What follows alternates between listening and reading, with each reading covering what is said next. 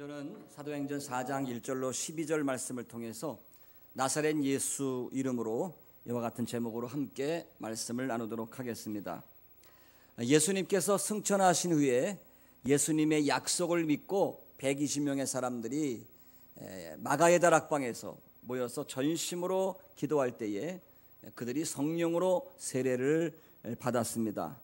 급하고 강한 바람 같은 소리, 여러분 어떤 소리인지 아십니까?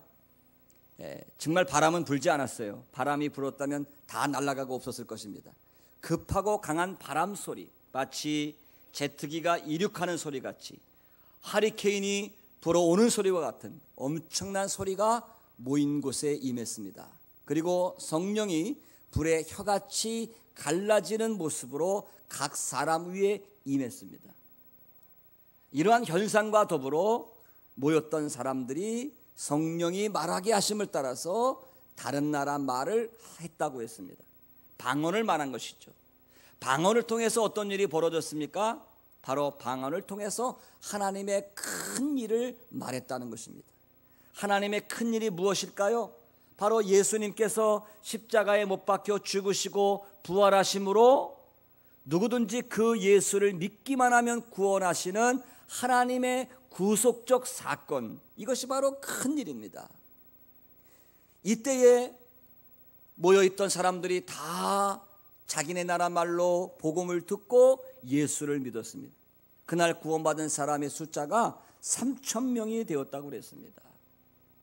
그리고 비로소 초대교회는 아름다운 믿음의 공동체, 에클레시아, 교회를 형성하게 되었습니다.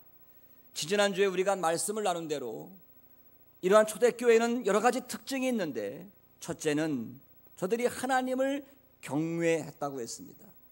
하나님을 너무나도 사랑하고 존경하기 때문에 두려움을 느끼는 마음, 경외하는 것입니다. 그리고 공동체가 서로 물건을 유무상통하면서 책임질 줄 아는 공동체였습니다. 뿐만 아니라 예수 그리스도의 생명을 기념하기 위해서 성전에서든지 집에서든지 떡을 떼는 이런 영성, 생명 공동체의 역할을 감당했다고 성경은 말씀하고 있습니다. 뿐만 아니라 베드로와 요한을 통해서 성전에서 40년 동안 한 번도 걸어보지 못한 안진뱅이, 그 안진뱅이를 일으키는 기적을 행하였던 것입니다. 왜요?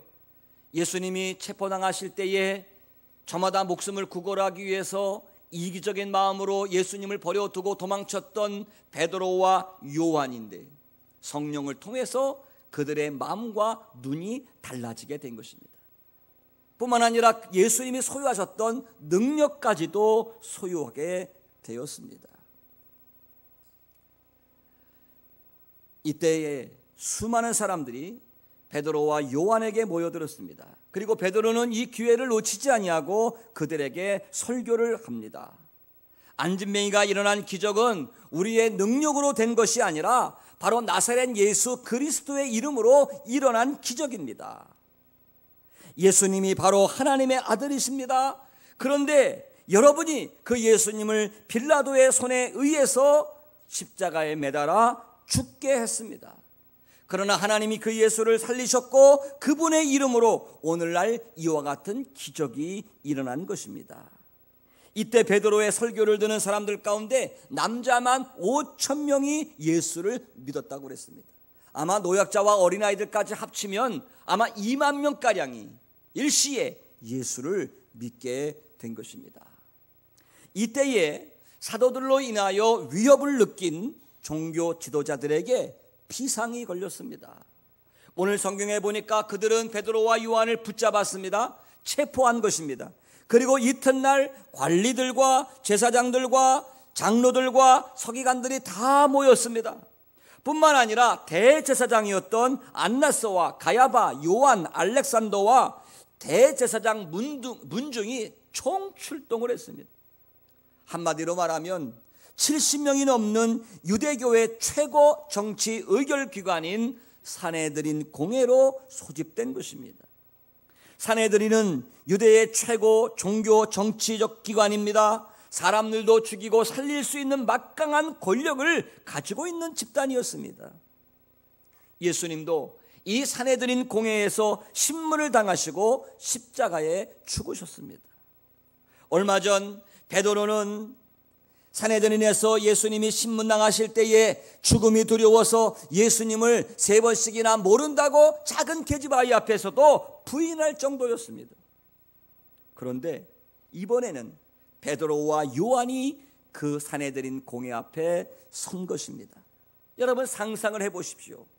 70명이 넘는 지도층의 사람들이 살기등등하여 정말 이상하고 화려한 제복을 입고 반원형의 대열을 갖추어서 앉아있고 베드로와 요한이 잡아다가 그 앞에 세워놨습니다. 예수님도 그들의 판결로 죽으셨습니다. 이제는 베드로와 요한의 차례처럼 보이는 순간입니다. 얼마나 두렵고 떨리는 상황입니까? 우리의 예측대로라면, 우리의 예상대로라면 베드로와 요한은 두려움과 공포에 떨고 잔뜩 움츠려서 아마 생명을 구걸해야 할 것입니다. 그런데 오늘 성경 말씀을 보니까 뜻밖의 상황이 벌어지고 있습니다. 정반대의 상황이 펼쳐지고 있습니다.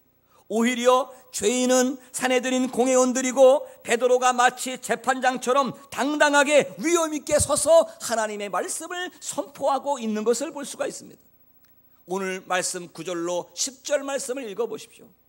만일 이 병자에게 행한 착한 일에 대하여 이 사람이 어떻게 구원을 받았느냐고 오늘 우리에게 질문한다면 너희와 모든 이스라엘 백성들은 알라. 너희가 십자가에 못 박고 하나님이 죽은 자 가운데서 살리신 나사렛 예수 그리스도의 이름으로 이 사람이 건강하게 되어 너희 앞에 섰느니라.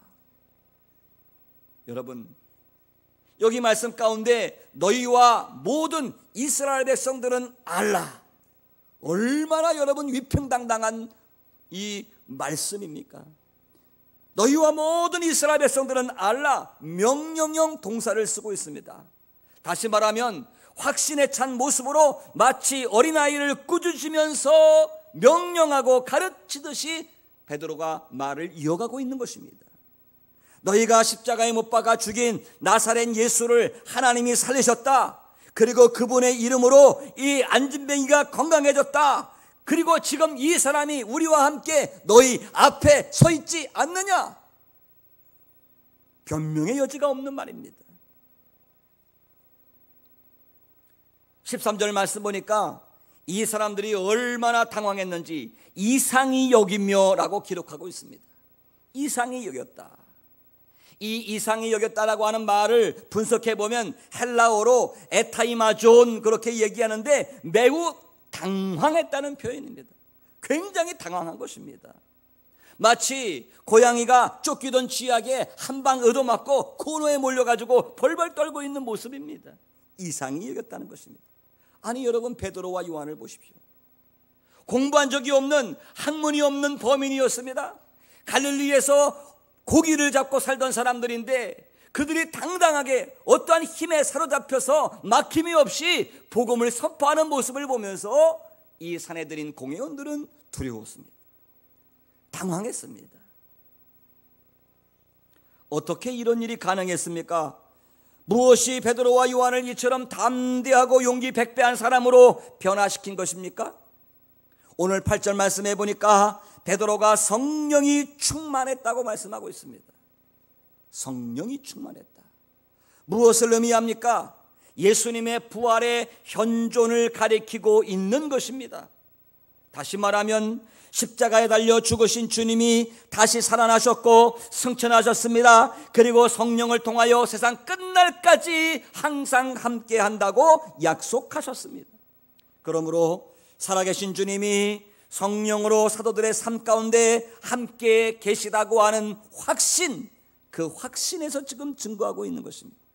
성령님을 통한 주님의 현존, 하나님의 현존을 확신했기 때문에 그들의 엄청난 권력자들 앞에서도 전혀 두려워하지 아니하고 담대히 나사렛 예수 그리스도를 증거할 수 있었다는 것입니다.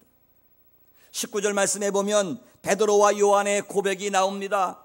베드로와 요한이 대답하여 이르되 하나님 앞에서 너희의 말을 듣는 것이 하나님의 말씀을 듣는 것보다 옳은가 판단하라. 하나님 앞에서입니다. 주님의 현존입니다. 이제 산헤드린의 위협과 협박과 공갈은 전혀 두렵지 않습니다. 오직 두려우신 분은 성령으로 현존하시는 하나님 한 분뿐인 것입니다. 여러분, 그리스도의 현존을 믿고 사는 사람은 세상의 어떠한 위협에도 당당히 맞서며 살게 되는 것입니다. 하나님의 임재를 경험했던 모세는 애굽의 바로왕 앞에서도 내 백성을 내놓으라고 당당하게 선포할 수가 있었습니다. 하나님의 현존을 경험한 스데반은 자신을 향하여 돌로 치는 사람들을 향하여 오히려 저들을 불쌍하게 여겨달라고, 저들의 죄를 용서해달라고 하나님께 대속하면서 당당하게 세상을 떠났습니다. 하나님의 임재를 경험했던 사도 바울은 죽는 순간까지도 순교의 정신으로 사람들 앞에서 복음을 전할 수가 있었습니다. 종교개혁자였던 마틴 루터는 중세 카톨릭의 거대한 교권 앞에서도 굴하지 아니하고 오직 믿음으로, 오직 은혜로, 오직 말씀으로의 모토를 가지고 외칠 수가 있었던 것은 바로 코람데오, 하나님 앞에서 신전의식, 부활하신 주님이 성령으로 내 삶 가운데 현존하신다고 하는 이러한 믿음의 확신이 있었기 때문에 용기를 내고 담대하게 맞설 수 있었던 것입니다. 그러므로 사랑하는 성도 여러분, 부활하신 주님께서 오늘도 성령을 통해서 나와 함께 하신다는 사실을 깨닫는 사람은 무엇이 두렵겠습니까? 어떠한 일을 만나도, 무슨 일을 만나도, 환난과 폭풍이 내 앞에 다가온다 할지라도 하나님의 임재를 경험하면서 담대하게 용기 백배하여 여러분의 삶을 승리로 이끌어 나가시기를 주님의 이름으로 축원합니다. 또한 오늘 본문의 말씀 2절에 보니까 예수 안에 죽은 자의 부활이 있다고 백성들을 가르치고 전함을 싫어했습니다. 누가 싫어했습니까? 산헤드린 공회원이었습니다. 종교 지도자들이었습니다. 그들은 비상회의를 소집할 정도로 베드로와 요한에게 과민 반응을 보이고 있습니다. 왜 그들이 사도들의 가르치고 전도하는 것을 그렇게 싫어했을까요? 사도들의 말과 같이 예수 그리스도가 부활하셨다면, 그가 진정으로 하나님의 아들이라면 자신들이 지금까지 예수를 십자가에 못 박은 죄가 일시에 드러납니다. 자기들이 지금까지 수호해온 유대교 율법과 자기들의 종교 신앙이 모두가 다 허구라고 밝혀지는 그러한 순간을 맞이하게 되는 것입니다. 그들은 예수님을 십자가에 못 박아 죽인 사람들입니다. 예수님 때문에 자신들의 종교적 신념이 위협당하고 더욱이 종교를 이용한 자신들의 기득권이 침해를 당하기 때문이었습니다. 그런데 그 예수가 다시 살아나셨고 그분의 이름으로 감당할 수 없는 기적이 일어나고 수많은 사람들이 예수의 이름으로 모여들고 있습니다. 그들의 죄가 일시에 드러나는 순간입니다. 자존심이 철저하게 무너지고 있습니다. 뿐만 아니라 종교를 이용한 그들의 기득권까지 위협당하고 있습니다. 이제 그들은 자신들의 이해관계를 지키기 위해서라도 진리가 되시는 예수님 앞에 철저하게 눈을 가리고 마음을 닫고 사도들에게 위협을 강하고 있는 모습입니다. 여러분 생각해 보십시오. 나면서부터 40년 동안 한 번도 걸어보지 못한 불쌍한 사람이 다시 걷게 되었다면 이 얼마나 축하하고 기쁜 일입니까? 얼마나 놀라운 사건입니까?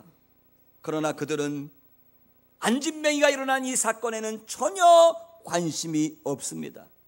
그들의 관심은 오직 그들의 교리를 지켜내는 것, 그리고 비전문가인 베드로와 요한이 백성들에게 설교를 함으로써 자신들의 영역을 침범했다는 것에만 관심이 가 있습니다.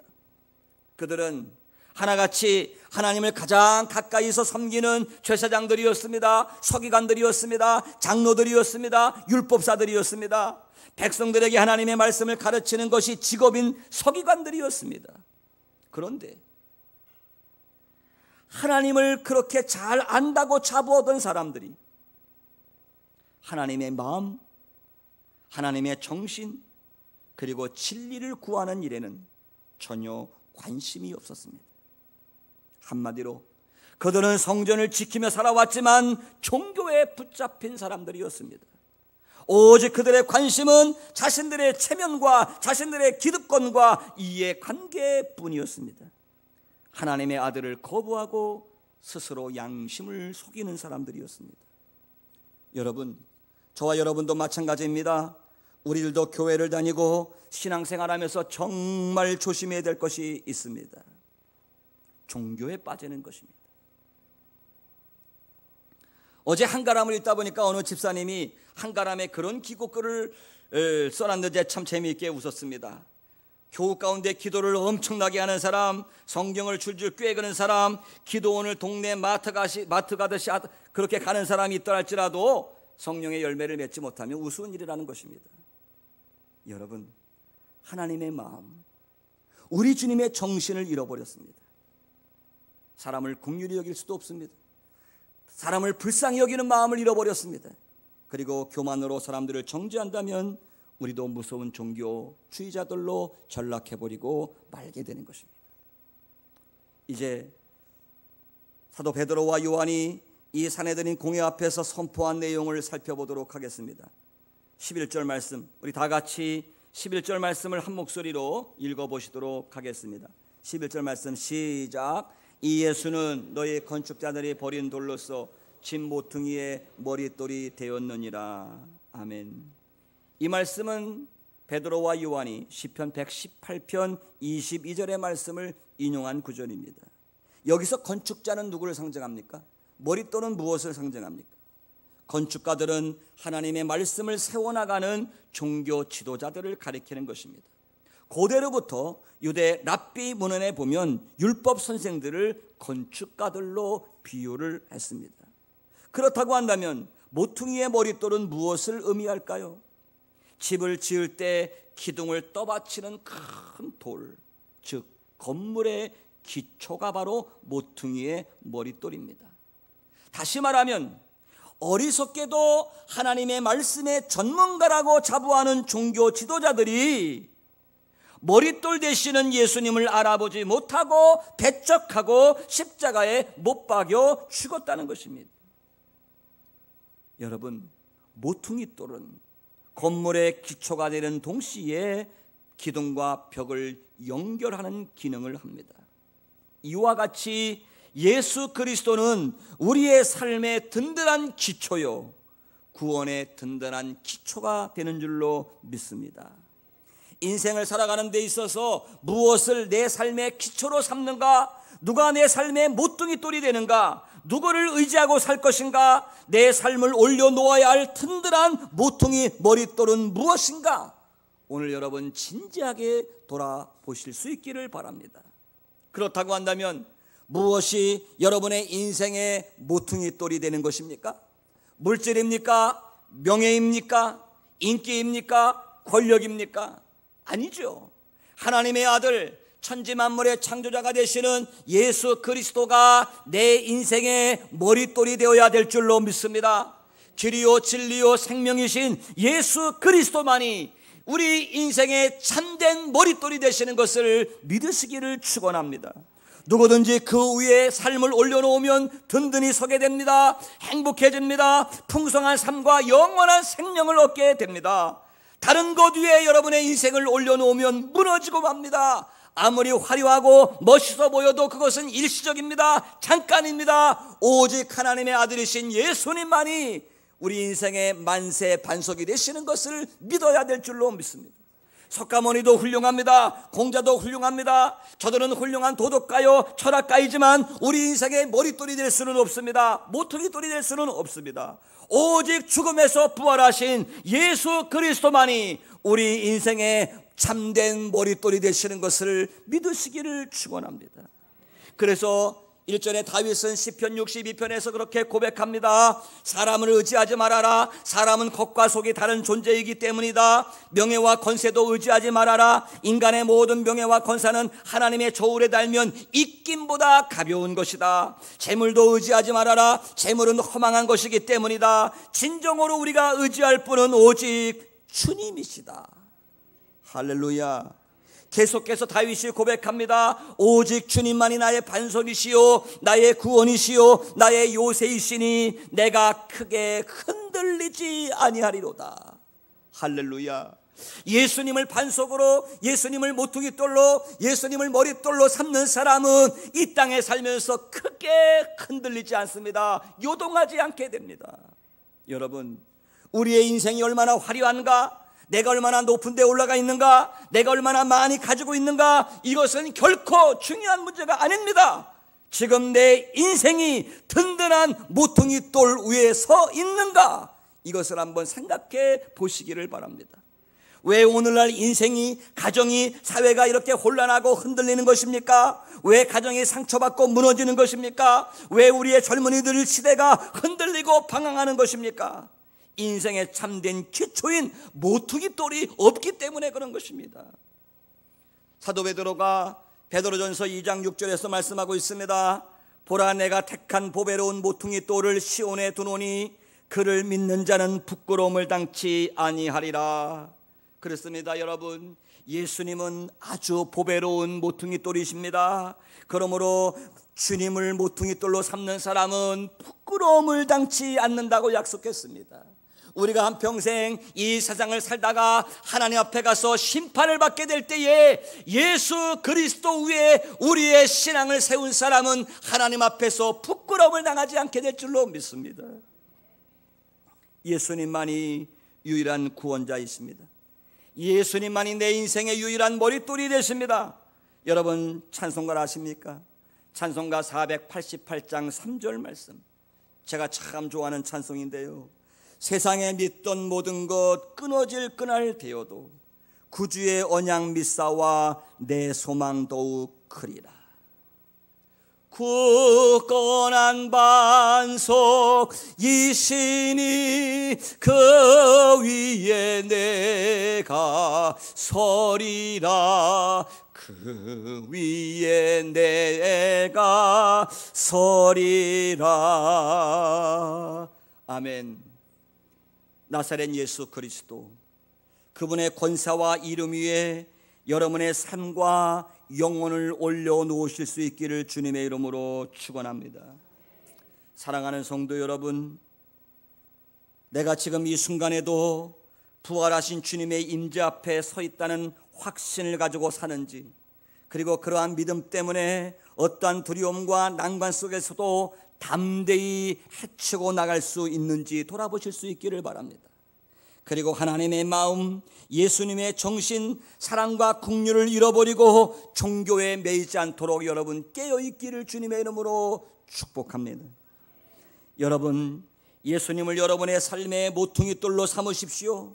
예수님만이 여러분의 삶을 풍성하게 하시고 영원한 생명을 보장해 주실 수 있는 만세 반석으로 고백하십시오. 오직 예수 그리스도의 이름만이 유일한 신앙의 고백이 되실 수 있기를 주님의 이름으로 축복합니다. 기도하겠습니다.